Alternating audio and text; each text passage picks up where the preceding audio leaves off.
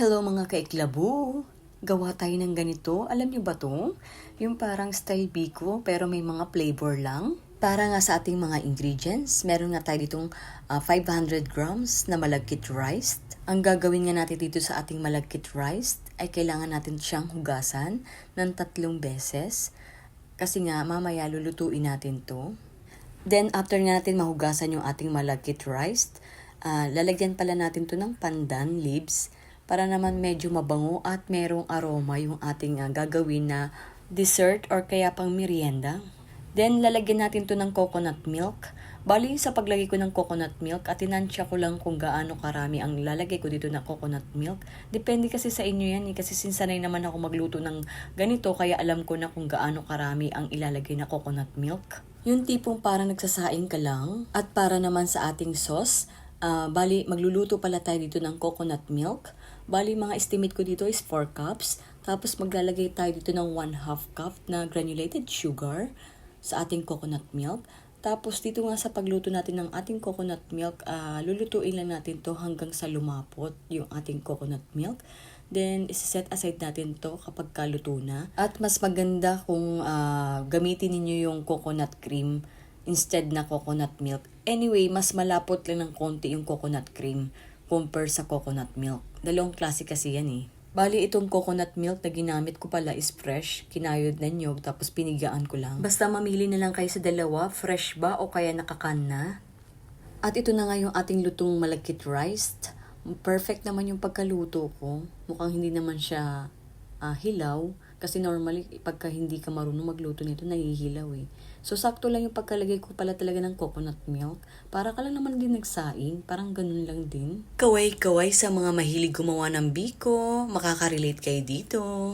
At since nga maglalagay tayo dito ng 2 flavor, lalagyan nga natin to ng 2 flavor para naman maiba yung ating dessert or kaya merienda. Meron tayong ube na condensed milk. Tapos may pandan flavor rin tayo na condensed milk. So nilalagyan natin siya ng condensed milk yung ating malagkit na rice. Para magkaroon siya ng flavor. 3 tablespoon lang ilalagay natin dito. Then para naman sa ube flavor, ganun din. 3 tablespoon din yung ilalagay natin dito. Para rin naman magkaroon siya ng flavor. So kapag kalagay natin sa ube na condensed milk, hahalo-haluin lang natin to. Yan. Para pantay yung kulay ng ating malagkit rice. Para lang siyang katulad sa biko. Pero ito kasi may flavor na ube. Since hindi matamis yung ating malagkit, kaya naglagay tayo dito ng condensed milk. Pero ube flavor lang. Ito naman yung ating pandan flavor. So, ganun din yung gagawin natin. Paghahaluin din natin to. Dito nga sa ating ube na flavor, bali gumamit ako dito ng mga molder.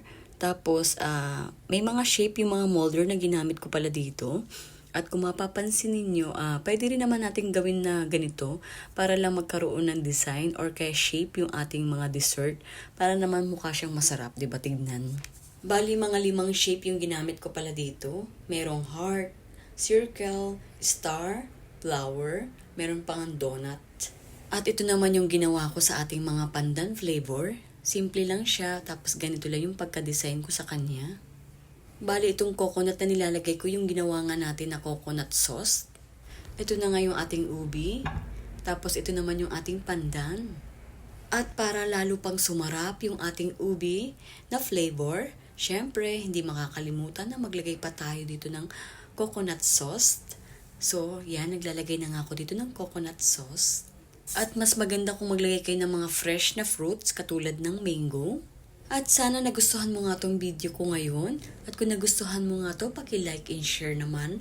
Or baka hindi ka pa nakapalo sa akin, i-follow mo na rin ako para like kang updated sa mga ginagawa kong videos. Salamat po sa panonood, sa uulitin. Ito na nga po yung ating pandan na flavor.